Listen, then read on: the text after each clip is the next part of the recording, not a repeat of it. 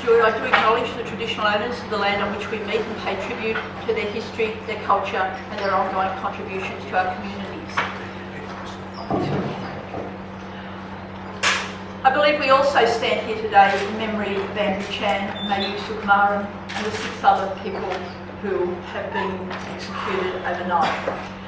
This is the ultimate abuse of human rights, and it's again a very stark reminder of how important it is that we gather together when human rights, any form of rights, are under attack.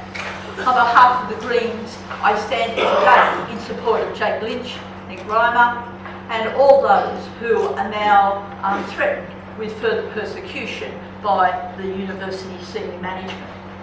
Now, there are 3 key players here that I did just want to give a bit of background. Obviously, you would know some of it, but I think it's worth pulling it together on Spence, Lynch and Kemp.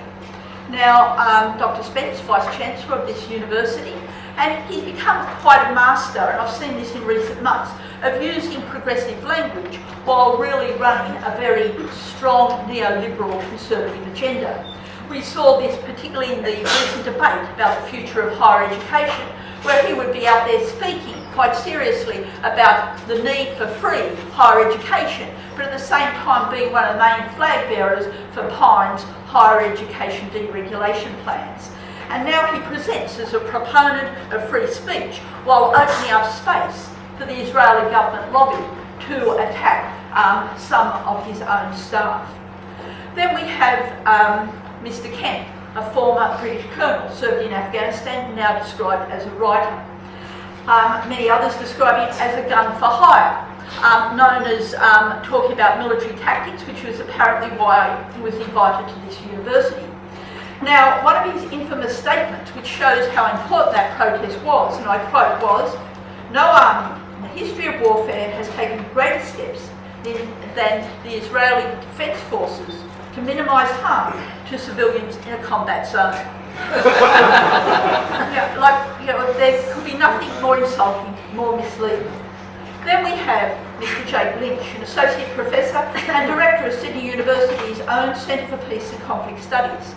Jake is probably the most prominent academic at an Australian university taking a stand for Palestinian rights and as an advocate for the boycott, divestment and sanctions movement.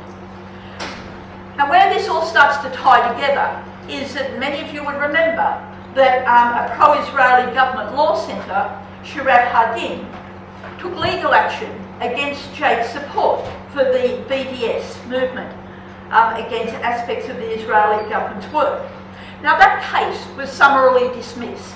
It was found that there was a lack of standing for the case, and they said that Shirat Hadin needed to pay most of Jake Lynch's costs. That was a huge loss for the Israeli government lobby, a huge setback. And that's where it comes very relevant to what we're seeing here at the moment playing out at this university. Mr Kemp speaks, there's a protest, absolutely exaggerated, amplified, lied about what happened there, used by various pro-Israeli government lobby organisations to try and have another attack on those who stand up for Palestinian rights. Because what we've seen in recent times is that when this lobby goes into action, they're not actually arguing on issues around what's happening in Palestine. They make the allegations of anti-Semitism, and now they've moved on to allegations of civility. This is a very interesting one, and if I recommend, if you're interested, really worth reading Joan W. Scott in The Nation on the 15th of the 4th of this year, where she talks about this trend that's happening at many universities around the world, where people who stand up for Palestinian rights, because obviously it's going to be a robust debate, those people are often accused of making people feel uncomfortable. Seriously, they use that word. When you consider what's happening in Palestine, in Gaza, and they say that people like ourselves are making others feel uncomfortable. Like, it is ludicrous. It sounds ludicrous, but it's seriously, this argument is being used, this whole notion of civility. So that's where things are at the moment, and we are seeing this play out here with various organisations, Israeli government organisations. Dean Scher, for example, head of the Australasian Union of Jewish Students, said that Jake Lynch should be sacked because he offended the Jewish community. That's her argument, offended the Jewish community, not dealing with a substantial argument of why those people went and had that very necessary protest. Some of these organisations that really went to town after this protest, the Executive Council, Australian Jewry, the Australasian Union of Jewish Students, the Australian Israel and Jewish Affairs Council, and various newspapers that back those causes. So let's just remind ourselves why we should be addressing the key issues here. Like, increasing understanding of the abuse of Palestinian rights is rising around the world. The Human Rights Watch have found that over 3,300 civilians not participating in any fighting were killed by Israeli forces in the West Bank since 2000. So that is a regular part of life. I've been to the West Bank, I've been to Gaza. Like, the abuse is so extreme. It is not surprising that Israel uses these dishonest tactics, which again is what is playing out on this campus now, because they won't address these key issues. In that Gaza war, remember, every few years there is a Gaza war. What does this lobby, the Israeli government lobby, call it? Mowing the grass. When they want to just, yes, absolutely hiss, because it is some of the most offensive language coming out of that government. And what they're referring to there is cutting down the people, cutting down how they're attempting to build up their own society under such difficult circumstances.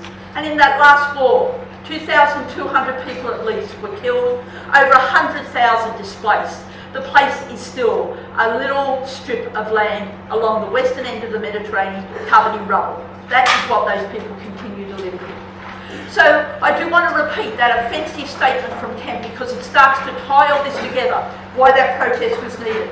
No army in the history of warfare has taken greater steps than the Israeli Defence Forces to minimise harm to civilians in a combat zone. That protest needed to be held, and I very strongly congratulate those people who participated in it. When people like Kemp, a gun for hire, lends his name, which clearly people would think, oh, he's a British colonel, he must know what he's talking about, he's lending what he thinks is his good name to such offensive actions, people need to protest. So I certainly warmly congratulate all of them. So I'm here today because I don't want Sydney University to be another vehicle for the Israeli government lobby to try and stifle the voices of those who speak up for Palestinian rights. There is no place for McCarthy-like witch hunts in this university, at any university. Right.